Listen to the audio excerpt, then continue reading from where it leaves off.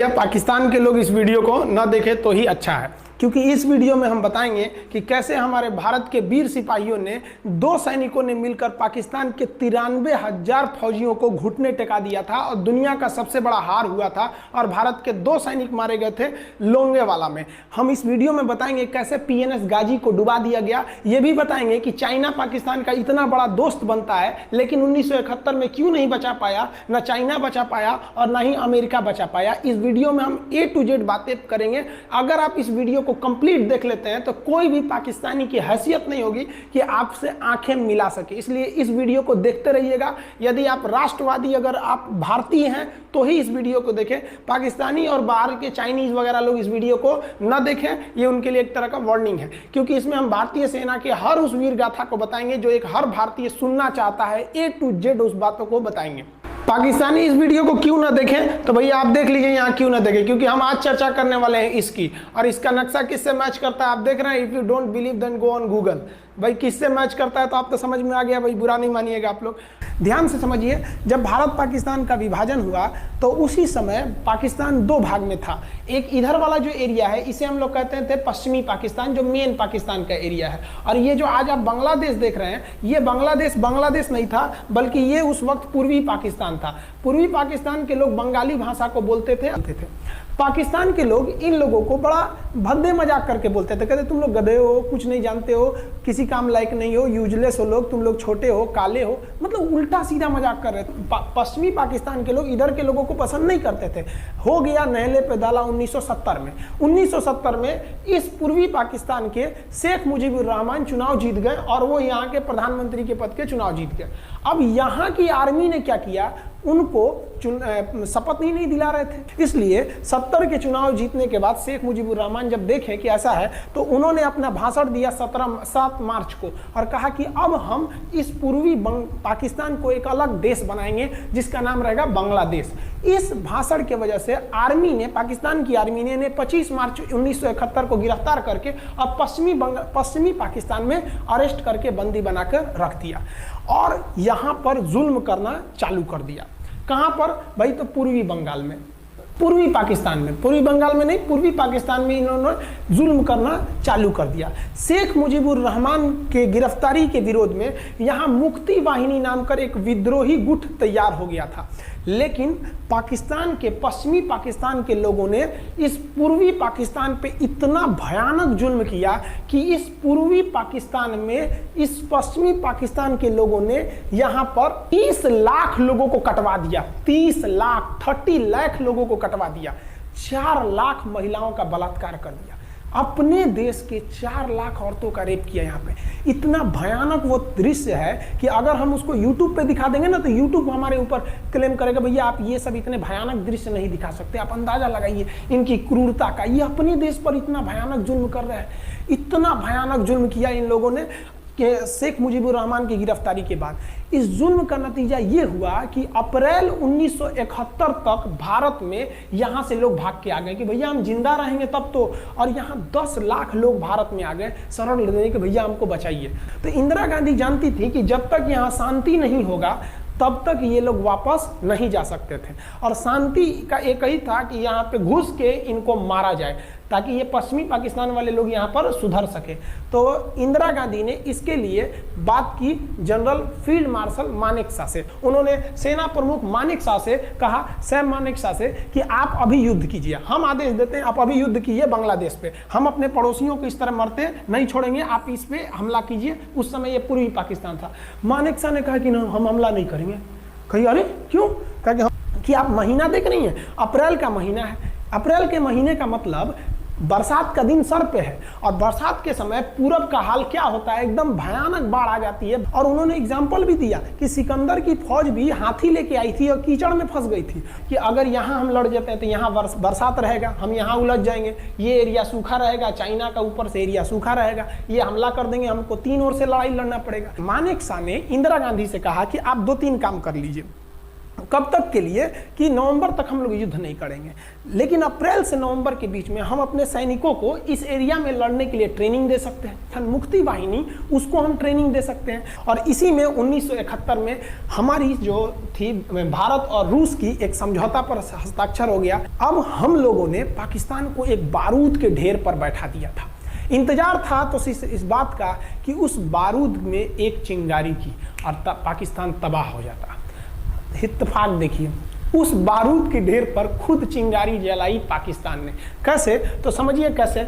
हम लोग का था कि इधर हम लोग ऑफेंसिव हो जाएंगे, मतलब इधर भयानक हमलावर हो जाएंगे, और इधर हम लोग डिफेंसिव रहेंगे, मतलब इधर कम हमला करेंगे, ताकि हम लोग का मेन मकसद पाकिस्तान से युद्ध नहीं था। हमारा मेन मकसद था हमारे अपने बांग्लादेशी भाइयों पर जो जुल्म हो रहा था, जो उनकी बहनों को रेप हो रहा था, इतना भयानक किया था वहाँ पर पाकिस्तानियों ने कि बाप के सामने बेटी का रेप करते थे और उसके बाद बाप को मार के कहते थे तू भी रेप कर। इतना मतलब मानवता पूरी खत्म कर दिया गया वहाँ पर।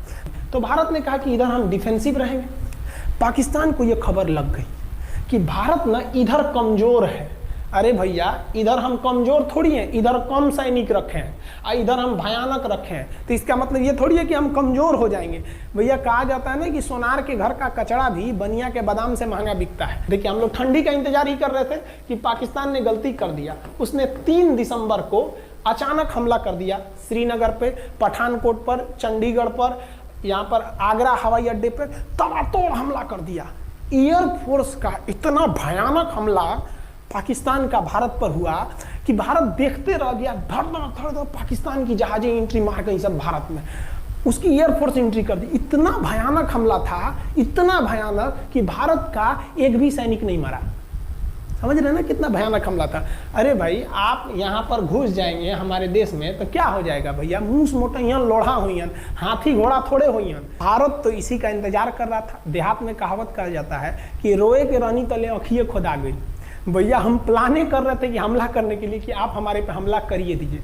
अब विश्व का भी दबाव नहीं आएगा हमारे ऊपर कि भैया हमला तो आपने किया है, अब हम लोग छोड़ेंगे नहीं। भारत एकदम दृढ़ निश्चय कर लिया। इसी बीच पाकिस्तान को एक खतरनाक खबर लग गई। क्या थी खबर भाई? तो देखिए, पाकिस्तान को खबर लगी कि भारत की ज़्यादातर फौज इस पूर्वी पाकिस्तान की ओर डिप्लॉयड है और यहाँ राजस्थान के जैसलमेर जिला में एक जगह है लोंगेवाला। उस लोंगेवाला में केवल और केवल 120 फौजी हैं। और अगर पाकिस्तान ने सोचा कि 120 फौजियों को हम रातों रात मार देते हैं तो उस समय एयरफोर्स रात में लड़ाई नहीं कर सकती थी, इसलिए इन्होंने लोंगेवाला में एंट्री मार दी। पूरी भयानक टैंक लेकर, फौज लेकर, इन्फेंट्री लेकर, और उसको वो लोग लोंगेवाला में घुसने के लिए चल दिए। और लोंगेवाला में भारत के पास केवल 120 सिपाही थे, केवल 120, और उन पर वो हजारों की संख्या में टूट पड़े। लेकिन घबराना नहीं चाहिए, क्योंकि चींटियां तादाद में कितनी भी क्यों ना हो जाएं, गन्ना घसीट के नहीं ले जा सकती हैं। लोंगेवाला में जो ड्यूटी थी उस समय कुलदीप सिंह चांदपुरी जी का। कुलदीप सिंह चांदपुरी सरदार हैं, आप देखे होंगे बॉर्डर मूवी में इनका रोल सनी देओल ने किया है। अब ये कुलदीप सिंह, ये भैया पंजाबी सिख, अब ये लोग 1.25 लाख से नीचे कुछ सोचते ही नहीं है। चिड़िया नू में बाज लड़ावा, गिदड़ नू में शेर बनावा, और 1.25 लाख नू एक लड़ावा, तब गोविंद सिंह नाम रखावा। खबर आया कि आपसे जो लड़ने आ रहे हैं ना पाकिस्तान की ओर से, वो ब्रिगेडियर तारिक मीर आ रहा है। उसके पास टैंक है, 2800 फौज है, बहुत ही तेज रफ्तार से आ रहा है। आपके पास केवल 120 जवान है कुलदीप सिंह, आप पीछे हट जाइए, आप पीछे हट जाइए, क्योंकि आपको हम ना, आप बहादुर हैं इसमें नो डाउट, लेकिन आप कैसे लड़िएगा उतनी भयानक फौज के पास से? यहाँ उन्होंने कहा खालसा सिख नहीं हट सकते, हम दिखा देंगे कि हम 120 भी उन पर क्या पड़ेंगे, भारी पड़ेंगे। इनके पास ना ही टैंक को उड़ाने के लिए कोई संसाधन थे, टैंक को मारने के लिए एक जीप पर लगा हुआ छोटा सा तोप था, और इनके पास 3 ठो माइंस लगे थे। माइंस समझते हैं आप लोग? टैंक जो होता है ना बम, उसको उड़ाने के लिए माइंस लगाए जाते हैं। तो देखिए ध्यान से, ये है माइंस, ये माइंस होते हैं। इस पर अगर टैंक चढ़ता है ना तो टैंक ब्लास्ट कर जाता है। तब इन्होंने दिमाग लगाया। इन्होंने क्या किया, जो खाली रेगिस्तान था ना उसमें ना आगे की ओर 3 ठो ओरिजिनल माइंस को लगा दिया, और जो खाना खाने वाला टिफिन होता है ना 4 खंदे वाला, इसे, उस टिफिन को इन लोगों ने रातों रात ना बिछा दिया ऐसे लाइन से। देखिए लाइन से पाकिस्तान की टैंक आई तो शुरुआत में तो भैया ओरिजिनल माइंस था, धड़ाम से लगा, पाकिस्तान की टैंक उड़ गई। पाकिस्तान का एक टैंक उड़ा, फिर दूसरा उड़ा, तीसरा उड़ा, पाकिस्तानी एकदम डर गए सब। ब्रिगेडियर तारिक मीर कहें कि भैया यहाँ तो माइंस लगा के रखा है इन लोगों ने, एक काम करो इंजीनियरों को बुलाओ, पूरा माइंस निकालो। अब ब्रिगेडियर जो हमारे मेजर कुलदीप सिंह थे ये जानते थे कि बाबू अगर हम तुमको रात भर रोक दिए ना तो सुबह हमारी एयरफोर्स आएगी, तुमको जिंदा नहीं छोड़ेगी। इसलिए इन्होंने पूरा टिफिन बिछाया था। इन पाकिस्तानियों ने 6 घंटे लगा दिए उनको निकालने में। इंजीनियर आते थे तो डर के मारे टिफिन निकालते थे, अरे बाप रे बाप, और टिफिन में तो ईंटा पत्थर भर देते थे और डर के ले जाते, अरे भागो भागो भागो, माइंस है माइंस है। इसको लगाते लगाते इन लोगों ने पूरी रात बिता दी। 3 बज गया। 3 बजे इनको पूरा सन्नाटा दिखा कि भैया ये तो टिफिन है, ये रेगिस्तान में ये तो टिफिन है। अब उन्होंने कहा कि आदेश दिया कि हमला करो। तो कुलदीप सिंह जो थे चांदपुरी, उन्होंने बालू के बीच में ऐसे गड्ढे बना रखे थे और अपने फौजियों को ना 2 किलोमीटर एरिया में बिछा दिया था, एक उधर एक इधर एक इधर। तो चारों ओर से फायरिंग होती थी। पाकिस्तानियों को लगी ना कि भैया हमको गलत इंफॉर्मेशन मिल गया है, 120 गो मिल के ऐसे थोड़े मारेगा सब। सोच रहा हूँ उधर से गोली इधर से गोली, धड़ाधड़ बम गोला दारू सब चल रहा है यहाँ पर। इतना भयानक कहीं कोई 120 आदमी मिल के ऐसे मारता है? नहीं भाई, इतना भयानक सुनसान एरिया में कहाँ से कौन मार रहा है, एकदम तबाही मचा दिया। कुलदीप सिंह चांदपुरी ने क्या तबाही मचाया था आप देखना चाहते हैं तो देखिए उन लोगों ने क्या तबाही मचाया था। ये है पाकिस्तान का टैंक, ये धज्जी उड़ गया था टैंक का, थुथुर तूर दिया इसका यहाँ पे। ये देखिए टैंक का, पाकिस्तानी देख रहे हैं कि भैया सब चक्का होकर फेंका गया। बताइए ये चांदपुरी साहब कैसा करना चाहिए? ये कोई वीडियो गेम खेल रहे हैं? मार के धज्जी उड़ा दिया। अरे पाकिस्तान बच्चा है, अपने बच्चा है, बिगड़ गया, आराम से मारिए। ऐसे एकदम धज्जी उड़ा दिए हैं बेचारा सबको। पाकिस्तान के टैंक को धज्जी उड़ा के उस पर भारतीय सैनिक खड़ा होकर फोटो खिंचवा रहा था। फोटो खींचे फोटो खींच, उस समय सेल्फी नहीं था ना, तो आगे से फोटो खींचना, फोटो खींचे। यहाँ पे आने वाली पीढ़ियों को ये प्रेरणा देगी। बताइए इतना सुंदर गाड़ी लेके आया था पाकिस्तान मारने के लिए, हाँ बेचारा ऐसे मारा जाता है? हाँ अरे ब्रिगेड मेजर साहब आप भी बच्चा है, बच्चा को थोड़ा आराम से मारिए। देखिए इसका थोबड़ा बिगाड़ दिया गाड़ी का। ओहो, ऐसे नहीं मारना चाहिए, लेकिन क्या कीजिएगा, बच्चा बिगड़ जाता है तो धोना ही पड़ता है। ये हाल कर दिया रात भर में। सोचिए रात में इतना बुरा मारा, दिन में दिखता तो पूछ डाल रहा पूरा। एकदम भयानक तबाही मचा दिया मेजर कुलदीप सिंह चांदपुरी ने। इनके आगे कौन खड़े थे? ब्रिगेडियर पाकिस्तान के ब्रिगेडियर साहब। ब्रिगेडियर साहब को कहने लगी भैया ये तो बहुत बुरा मार रहा है सब। तब तक हो गया सुबह, और सुबह के वक्त हमारे जो हंटर जहाज थे, उस समय जो जहाजें थी वो हंटर जहाज थी। ये हंटर जहाजें रात में नहीं उड़ सकती थी लेकिन दिन में उड़ सकती थी।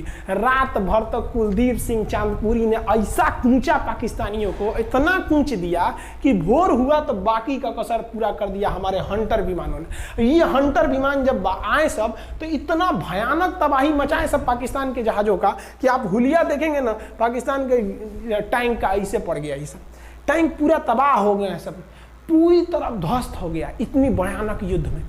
3 तारीख को पाकिस्तान ने हमले की शुरुआत की और ये 4 तारीख का शकल देखिए पाकिस्तान का। इतना भयानक धज्जी उड़ा दिया पाकिस्तान का जिसका कोई हद नहीं। पाकिस्तानियों को दुम दबा के भागना पड़ा। ब्रिगेडियर साहब भागे, कहें कि भाग। लोगों ने पाकिस्तान के टैंकों को अपने यहाँ रख लिए हैं म्यूजियम में। आज भी जाके देखिएगा ना तो इन टैंकों को डर के मारे पाकिस्तानी छोड़ के भाग गए कि भागो भाई यहाँ पर। ये 120 जवानों का जलवा था। और पाकिस्तानी कहते हैं कि हिंदुस्तान के लोग क्या लड़ेंगे। अरे भैया हम चीन पे वीडियो बनाए थे, आप पे नहीं बनाए थे, जो आप लोग हम लोग को बोल रहे थे कि पाकिस्तान हिंदुस्तानियों की औकात नहीं। देखिए अभी हम आपको औकात दिखाते हैं आपकी। ये आपका टैंक है, आके ले जाइए, हिम्मत है तो लेके जाके दिखाइए यहाँ पर। हाल तो ये हो गया था ना कि हम लोगों ने जो पाकिस्तानियों की जान ली थी ना, डर के मारे वो लाश उठाने नहीं आए थे, लाश को गिद्ध खा गए थे सब। हम लोग बोल रहे थे कि भैया हम गोली नहीं चलाएंगे, लाश लेके चल जाओ। हम नहीं जाएंगे, तुम लोग रेगिस्तान को कब्रिस्तान बना दिए हो। रेगिस्तान को कब्रिस्तान हम लोग हमला करने आए थे, शुरुआत तो तुमने किया था यहाँ पे। तो ये गिद्ध खाए थे सब, सफाई उफाई का काम ये किए थे सब। अब पाकिस्तान हम लोग को धमकी देता है। आज भी वो नहीं सुधरे हैं। आज भी हमने जो चाइना पे वीडियो बनाया था उस पर वो हमको धमकी देता है कि भारत की आर्मी कुछ नहीं कर सकती। अरे भैया आप सोचिएगा भी मत, अभी के समय में तो मत सोचिएगा। जानते हैं क्यों? देख लीजिए इधर अभी कौन बैठा है भारत में, समझ में आ रहा है? आप लोग तो पहले पाकिस्तान वाले लोग इस बात पर रिसर्च कीजिए कि इनमें ज़्यादा खतरनाक कौन है आपके लिए। हमको तो यही ज़्यादा खतरनाक लगते हैं भाई, समझ में आया आप लोग को? तो अभी देखिए ध्यान से, खतरनाक लगते हैं भाई। समझ में आया आप लोग को? तो अभी देखिए ध्यान से, यहाँ पर पाकिस्तान ने जो हार हुई थी लोंगेवाला में, ये हार में पाकिस्तान की तो कमर टूटी और पाकिस्तान का पूरा मनोबल टूट गया कि ससुरा 120 गो मिल के ऐसे कैसे धो दिया सब। बताइए इतना भयानक धोया जाता है। तो ये शुरुआत तो इन्होंने किया 3 तारीख को, 4 तारीख को हमने धो दिया। अब बचा नेवी कही कि भैया आर्मी को मौका दिए, एयरफोर्स को मौका दिए, रात में आर्मी धोई, सुबह में एयरफोर्स धोई, हम नहीं धोएंगे क्या? हम भी धोएंगे।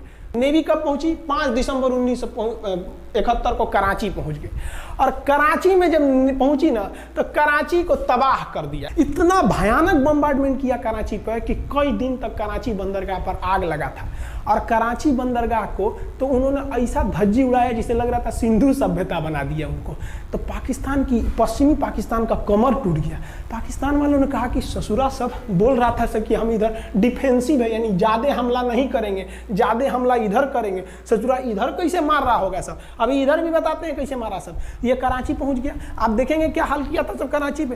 कराची में जब मारा गया था ना इन पाकिस्तानियों को, तो ये पाकिस्तानी भाग गए थे सब ग्वादर में। ये ग्वादर भाग गए। अभी इनसे ग्वादर भी जाने वाला है, पूरा राज्य चला जाएगा इनसे, बलूचिस्तान। छुप के गए थे लोग ग्वादर बंदरगाह पे। अगर हम झूठ बोल रहे हो तो आप खुद पता कीजिएगा अपने यहाँ के इतिहास में भाई, हिंदुस्तान ये ग्वादर बंदरगाह पे छुप गए थे सब। आप देखिए कराची का क्या हाल हुआ था उस समय। हमारे एयर नेवी ने क्या हाल किया था। पाकिस्तान का जितना जहाज बस मिल जाए कि भैया ये जहाज किसका है, तो भैया जब पता चले कि भैया ये जहाज पाकिस्तान का है, ये हाल हो जा रहा था जहाज का। यहाँ देख लीजिए इनका पूरा ध्वस्त का। भैया ऐसे मारा जाता है? हाँ, अरे भाई बच्चा को बच्चा की तरह मारना चाहिए। इंडिया की नेवी ने भी हद कर दिया। बताइए इस तरह मारा जाता है? हाँ, यहाँ देख लीजिए पूरा का पूरा धज्जी उड़ा दिया इन लोगों को। अरे भाई बच्चा है, बिगड़ गया है तो थोड़ा सा आराम से ना मारिएगा कि देख रहे हैं इस तरह से मारा पूरा पाकिस्तान के। कराची बंदरगाह उड़ गया। तो पाकिस्तान का तो इधर से तो पूरा का पूरा धज्जी उड़ा दिया। अभी शुरुआत हुए युद्ध के केवल 2 दिन हुए हैं। आप दिल थाम के रखिए, अभी युद्ध लंबा चलने वाला है। 3 दिसंबर को स्टार्ट किए, 4 दिसंबर को हम लोग लोंगेवाला धो दिए, अब 5 दिसंबर को कराची। अब पाकिस्तान ने ना भारतीयों को तबाह करने के लिए भारत का सबसे खतरनाक जहाज था INS विक्रांत। INS विक्रांत को बर्बाद करने के लिए ना इसने यहाँ से भेज दिया INS PNS गाजी को। गाजी एक पनडुब्बी थी, उसको आदेश दिया गया कि जाके मार के आओ। किसको? विक्रांत को। क्योंकि अगर विक्रांत जहाज डूब जाता तो वाकई उस समय हमको युद्ध जीतने में बहुत दिक्कत आ जाती। तो ये गाजी कैसे डूबा, इसको हम लोग एगो खराब जहाज से मार दिए। तो अब इधर समझते हैं कि जब उधर इतना भयानक धोए तो इधर कितना बुरा धोए होंगे, इसको बारे में हम लोग समझते हैं। भारतीय सेना अब पूरब की ओर क्या क्या काम की, इसको ध्यान से समझिए। ये मुक्ति वाहिनी जो थी बांग्लादेश की, वो अंदर ही पाकिस्तानी फौजियों को मार रही थी गली कुची में दौड़ा दौड़ा के, क्योंकि इन पाकिस्तानी फौजियों ने वहां पर रेप किया, मर्डर किया और इनका साथ दे रही थी इधर से हमारी इंडियन आर्मी और ऊपर से हमारा एयरफोर्स। ये तबाह कर दिए थे, इनको भागने के लिए भी जगह नहीं था। और इसी में इनका सबसे बड़ा सरदर्द बन गया था इंडियन नेवी, क्योंकि इनको जो मदद थी, देखिए ये पूर्वी पाकिस्तान है, इनको मदद जब भी मिलेगी तो इधर से ही मिलेगा। अब बताइए यहाँ से तो कोई जाएगा नहीं, बेवकूफ़ भी नहीं होगा जो इधर से मदद करने जाएगा। रास्ते में ही एयरफोर्स मार के गिरा देती थी, ट्रक वगैरह जाएगा नहीं, तो नेवी से ये इन लोग मदद देते थे। भैया यहाँ पे जो इनके फौजी लड़ रहे थे उनको खाना पीना भी खत्म हो गया था। अब इनको बर्बाद कर दिया भारत। INS विक्रांत, INS विक्रांत उस समय का बहुत बड़ा जहाज था इस साउथ एशिया के देशों का, और यहाँ से उस इतना बड़ा जहाज था कि उसके ऊपर से लड़ाकू जहाजें उड़ती थी। वो एयरफोर्स यहाँ से भी बम मारता था, मिसाइलें मारता था, ऊपर से लड़ाकू जहाजें और हेलीकॉप्टर छोड़ देता था, जो ताकि मुक्ति वाहिनी को कोई दिक्कत ना है। मुक्ति वाहिनी मारती थी और आर्मी पूरी तरह से उसने यहाँ से हमारा विक्रांत ने चटगांव बंदरगाह को तबाह कर दिया। अब बांग्लादेश का देखिएगा वर्तमान में, उस समय तो पूर्वी पाकिस्तान था, ये चटगांव उस समय पाकिस्तानी आर्मी नेवी का एक बहुत बड़ा केंद्र था। इधर हम लोग ने उड़ा दिया कराची, इधर उड़ा दिया हम लोग ने चटगांव। अब मुक्ति वाहिनी को कोई खास दिक्कत नहीं आ रहा था। अब पाकिस्तान ने कहा कि हर हाल में इस विक्रांत को बर्बाद करो। देखिए ये विक्रांत है, विक्रांत जहाज जो था इस पे से इसके ऊपर देखिए आपको लड़ाकू जहाजें दिखेगी। PNS गाजी को क्या आदेश दिया गया था भाई कि तुमको जाना है और इस विक्रांत को बंगाल की खाड़ी में जाने के बाद इसी में डुबा देना है। अब पाकिस्तान वालों का इतना दिन तो अच्छा था नहीं, भारतीय खुफिया एजेंसी को पता चल गया कि पाकिस्तान की पनडुब्बी वो समुद्र के अंदर अंदर चलती है, उसको साइलेंट किलर कहा जाता है। पाकिस्तान की पनडुब्बी चल दी है पश्चिमी पाकिस्तान से बंगाल की खाड़ी की ओर, ये अरब सागर से बंगाल की खाड़ी की ओर चल दिया। अब विक्रांत को बचाना हर हाल में जरूरी था, इसलिए हम लोग विक्रांत को छुपा दिए, मतलब थोड़ा सेफ्टी दे के रखने लगे। और इस पीएनएस गाजी जो था, आप पीएनएस गाजी को देखेंगे, पीएनएस का मतलब था पाकिस्तानी नेवल शिप, पीएनएस गाजी, ये मारने आ गया किसको? विक्रांत को। इस पीएनएस गाजी को अगर कोई मार के डुबा सकता था तो वो था आईएनएस राजपूत। लेकिन ये जो आईएनएस राजपूत आप इमेज में देख रहे हैं, ये उस समय समस्या क्या था इस आईएनएस राजपूत के साथ, क्योंकि इसके इंजन में कुछ खराबी आ गई थी और ये बिगड़ गया था, और बिगड़ के इसको विशाखापट्टनम पे बनाया जा रहा था, रिपेयर किया जा रहा था, इंजन ही गड़बड़ हो गया था। तो भारतीयों का यहीं पे दिमाग काम आया। भारतीयों ने सोचा क्यों ना हम पीएनएस गाजी को खुद बुला के लाएं, कहां पर? विशाखापट्टनम पे। तो लोगों ने कहा कि भैया ये आएगा विशाखापट्टनम में, कि आओ आईएनएस राजपूत हमको मार दो। तो कहा कि नहीं, देखिए कैसे आएगा।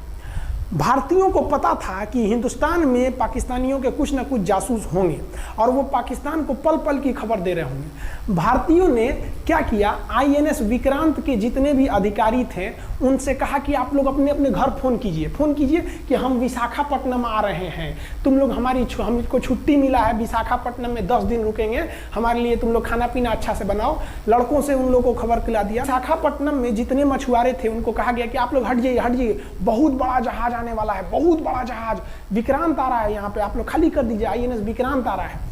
यहाँ पर क्या किया गया, ऑर्डर दिया गया, बहुत सारे फल सब्जी अंडा ब्रेड, कि भैया ये इतने बड़े जहाज के लिए जा रहा है, 6 महीने का खाना चाहिए। ये खबर आग की तरफ फैल गई पाकिस्तानियों को। अब पाकिस्तान में खबर लग गई कि भैया आईएनएस विक्रांत यहाँ नहीं है, आईएनएस विक्रांत विशाखापट्टनम पे है। अरे बकलोलवा, विशाखापट्टनम पर पीएनएस गाजी की मौत यमराज इंतजार कर रहा था, आईएनएस राजपूत। ये गधा जो था पीएनएस गाजी, ये मुड़ गया किधर की ओर? विशाखापट्टनम की ओर। और विशाखापट्टनम पर चुपचाप शांति से खड़ा हुआ जहाज आईएनएस राजपूत इंतजार कर रहा था, तो पानी के अंदर अंदर आओ। ये अभी बाहर निकला हुआ है, पानी के अंदर रहती है। और आईएनएस राजपूत देखा कि ये आ रहे हैं, वो आईएनएस राजपूत को मारता कि इससे पहले ही आईएनएस राजपूत मार के तबाह कर दिया पीएनएस गाजी को।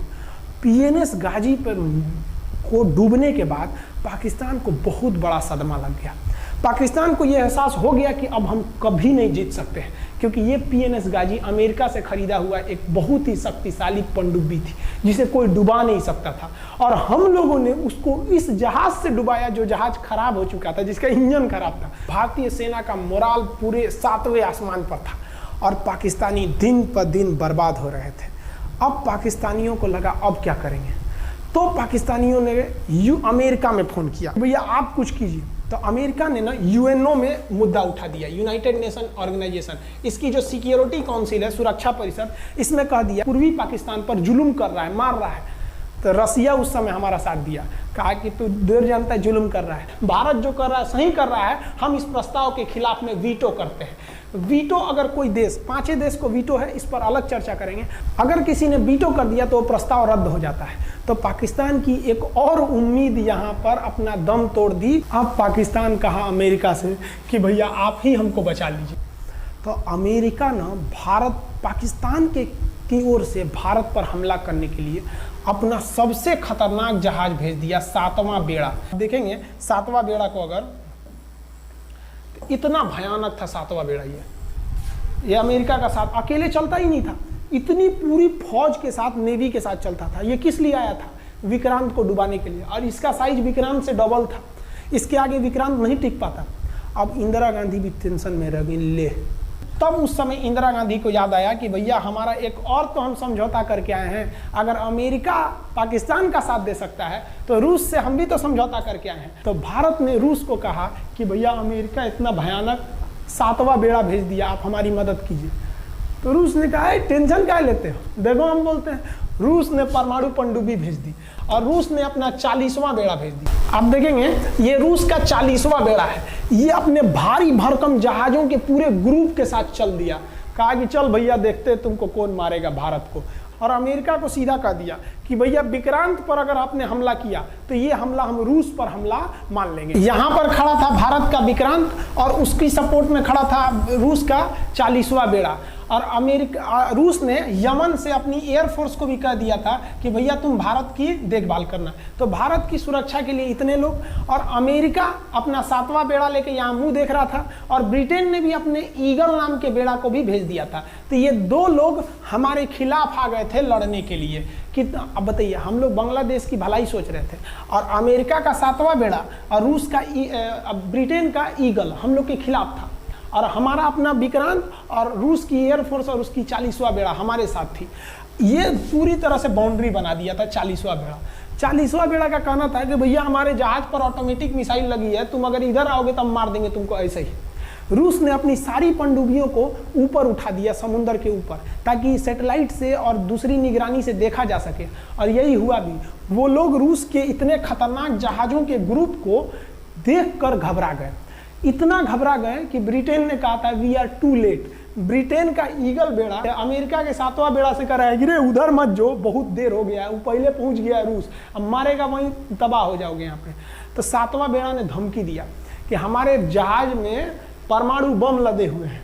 तो 40वां बेड़ा ने रिप्लाई किया था कि हम भी जब चले थे ना तो परमाणु बम लादे के चले थे, और गिनती जब कर रहे थे तो हम भी गिनती किए थे 250 हमारे पास भी परमाणु बम था, लेकिन इतना ज्यादा था कि सोचे कि कौन गिनेगा, बाद में गिनेंगे, आ जाओ देखते हैं किसके पास कितना है।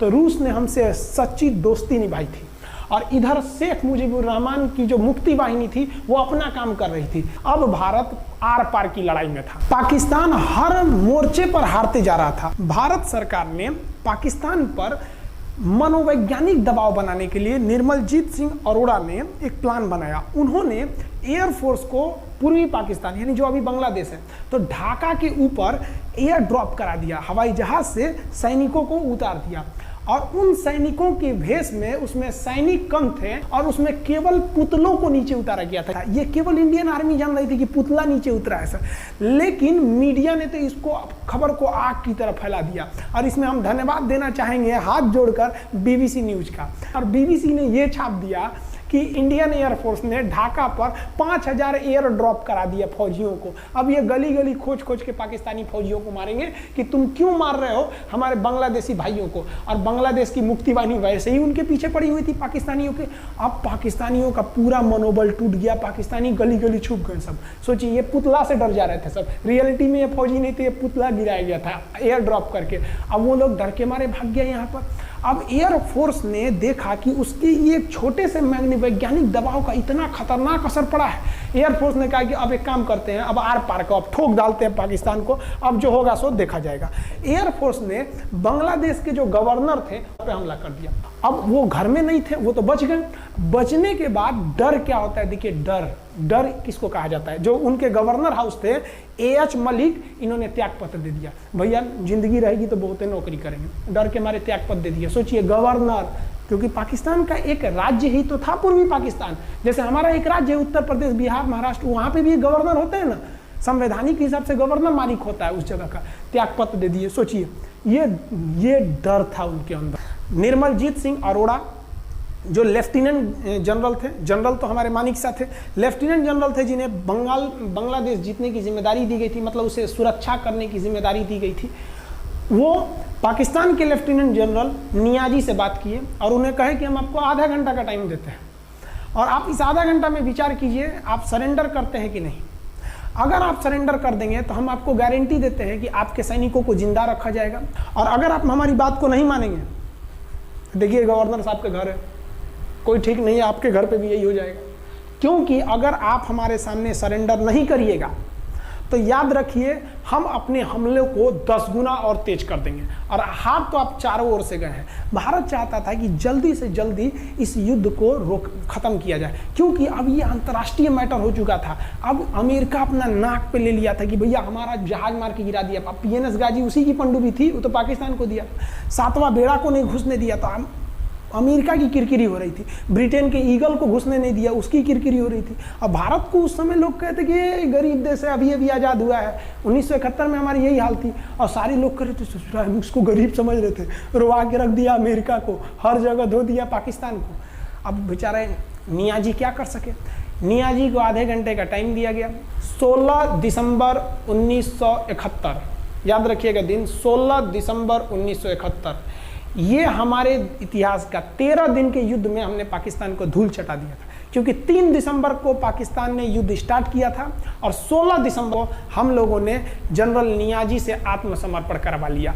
और आत्मसमर्पण आप देखना चाहेंगे जनरल नियाजी का। जनरल नियाजी इन्होंने हमारे लेफ्टिनेंट जनरल निर्मलजीत सिंह अरोड़ा के सामने आत्मसमर्पण साइन किया, और साइन करने के बाद बांग्लादेश के ढाका रेस कोर्स में इन्होंने साइन किया, और इनकी आंखों में आंसू था। एक देश के सेनापति के लिए इससे शर्म की बात क्या है, जो गिनीज बुक में नाम रिकॉर्ड करा दिया। गिनीज बुक में कैसे?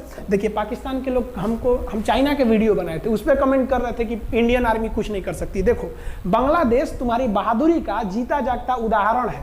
तुम्हारे यहाँ का 93,000 फौज, सोचिए 93,000 सैनिक पूरी दुनिया में आज तक आत्मसमर्पण नहीं किया। ये 93,000 लोगों ने आत्मसमर्पण कर दिया। देख लीजिए, ये अपना बंदूक उतार फेंक दिए, अपने स्टार नोच के उतार दिया कि भैया हम लीजिए आत्मसमर्पण कर रहे हैं, बेल्ट उतार के दे दिया, अब चलिए जहाँ ले जा रहे हैं, जितना लाठी मारना है हमारी, आत्मसमर्पण। ये वही पाकिस्तान है, याद रखिए। आप याद कीजिए, हमारे 120 सैनिकों ने आपको धूल चटा दिया था लोंगेवाला में। केवल 2 सैनिक मरे थे लोंगेवाला में, और पूरी की पूरी आपको भगा दिया था 4 दिसंबर को ही। और आप याद कीजिए, बहुत बहादुर बनते हैं ना। 93,000 फौज आपकी हार के गई है यहाँ से। इतना बड़ा हार दुनिया में आज तक कहीं का नहीं हुआ है। 93,000 सैनिक सरेंडर करके गए हैं भारत के सामने से। क्या बात कीजिएगा आप हमारे सामने। तो ये है, गिनीज बुक में नाम है। ये तो है भैया पाकिस्तान की आर्मी, एक तरह से गिनीज बुक में नाम है ना जी। भले हारने से नाम है तो क्या हुआ, पाकिस्तान के लिए इससे खुशी की बात क्या हो सकती है कि भैया गिनीज बुक के नाम है। अब इन लोगों को जेल में बंद कर दिया गया। बाद में हम लोगों ने इन्हें छोड़ भी दिया था। और इस सरेंडर के बाद बांग्लादेश के जो मुक्ति वाहिनी थी, उसके चेहरे पर यह मुस्कान थी कि बांग्लादेश अब स्वतंत्र हो गया। ढाका इंदिरा गांधी का स्टेटमेंट था, ढाका स्वतंत्र राजधानी है स्वतंत्र बांग्लादेश की। ये खुशी थी बांग्लादेशियों के चेहरे पर, जिनकी बहनों की इज्जत आबरू लूट ली गई थी उन्हीं देश के फौजियों के द्वारा। जिनके ये जो नियाजी थे, जब इन्हें लेफ्टिनेंट गवर्नर बना के भेजा गया था बांग्लादेश में, तो ये नहीं पूछे थे कि बांग्लादेश का स्थिति क्या है। ये पूछे थे कि जिन लड़कियों का रेप हुआ है वो कहाँ है, सब दिखाओ तो, मतलब ये भी जाके करेंगे। ये हाल था। ये इनके चेहरे पर मुस्कुराहट थी। बाद फिर मुजीबुर रहमान को पाकिस्तान से स्वतंत्र कराया गया। भारत ने जो अपना वादा किया था कि शेख मुजीबुर रहमान को स्वतंत्र करेंगे, बांग्लादेश को स्वतंत्रता दिलाएंगे, उनके अधिकारों के लिए लड़ेंगे, भारत ने अपने वादा को पूरा किया।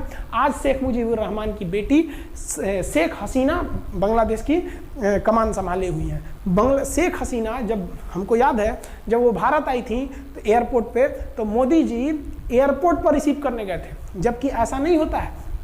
शायद ही बांग्लादेश की प्रधानमंत्री को पूरी दुनिया में कोई बड़े देश का राष्ट्रपति रिसीव करने जाए, प्रधानमंत्री रिसीव करने जाए। तो भारत अपने पड़ोसियों का इतना ख्याल रखता है, चाहे वो नेपाल हो, भूटान हो, सबके साथ। अभी हाल फिलहाल में नेपाल के लोग थोड़ा गुस्सा हैं लिम्पियाधुरा काला पानी को लेके, लेकिन ऐसा नहीं है कि हमारा नेपाल के साथ कोई खराब रिश्ता है। हमारा नेपाल के साथ रोटी और बेटी का रिश्ता है। बांग्लादेशियों के साथ हमारा बहुत ही अच्छा संबंध रहा है। आज हमारे बांग्लादेश के साथ बहुत ही मधुर संबंध है। और बांग्लादेश को जो पाकिस्तान के लोग कहते थे ये किसी काम लायक नहीं है, ये वाले भाई लोग पाकिस्तान से आगे निकल गए। आज इनका मलमल का कपड़ा, जूट और पाम ऑयल पूरी दुनिया में फेमस है। जहाज़ों की मरम्मत में, मतलब जहाज के रिपेयरिंग में बहुत आगे निकले हैं बांग्लादेश के लोग। आई होप आप समझ गए होंगे। इस युद्ध के बाद अगर भारत चाहता तो भारत पाकिस्तान के पश्चिमी भाग को भी कब्जा कर लेता, क्योंकि यहाँ तो हम लोग हराए ही थे। उनके 93,000 फौज तो हम लोग जिंदा पकड़ लिए थे। हम उन्हीं को कह देते बंदूक लगा के कि कश्मीर खाली करो, हमारा यहाँ से वापस जाओ।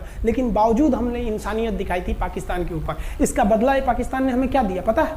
26/11 हम संसद भवन पर अटैक, तो कभी अमृतसर में अटैक, कभी मुंबई में बम ब्लास्ट, कभी 26/11 का हमला, ये सब हुआ। हम चाहते तो उस वक्त भी जीत सकते थे।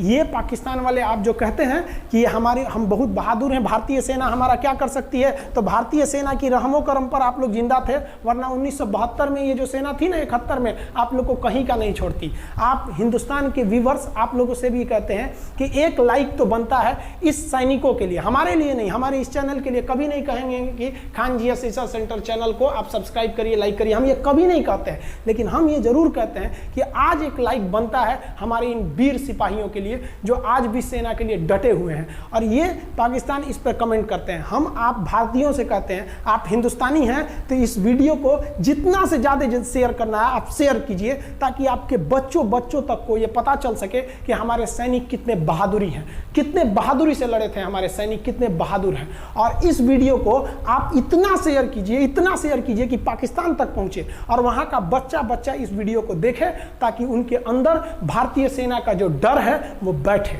ये डर जरूरी है उनके अंदर, ये डर उनकी हड्डियों तक जाना चाहिए। और हाँ, कोई भी देश के हो, हर देश को अपने सैनिकों के लिए सम्मान करना चाहिए। हम ये कोई मनगढ़ंत कहानी नहीं बताएं, हम अपने सैनिकों की वीर गाथा बताएं जो A to Z अक्षरशः सही चीजें हैं। समझ में आया? आप इस वीडियो को देख रहे हैं तो मेरे साथ बोलिए आप लोग, भारत माता की जय। पाकिस्तान के युद्ध का जो हम सीरीज बना रहे हैं, आज 71 का युद्ध बढ़ाएं, हम आपको कल 1948 का युद्ध बता देंगे, 65 की लड़ाई में वीर अब्दुल हमीद ने जो बहादुरी दिखाई, फिर आपको हम 84 का सियाचिन, 99 का करगिल और 62 की चाइना युद्ध के बारे में भी बता देंगे। याद रखिएगा, चाइनीज और पाकिस्तानी इस वीडियो को डिसलाइक जरूर करेंगे, आप उन पर भारी पड़िएगा।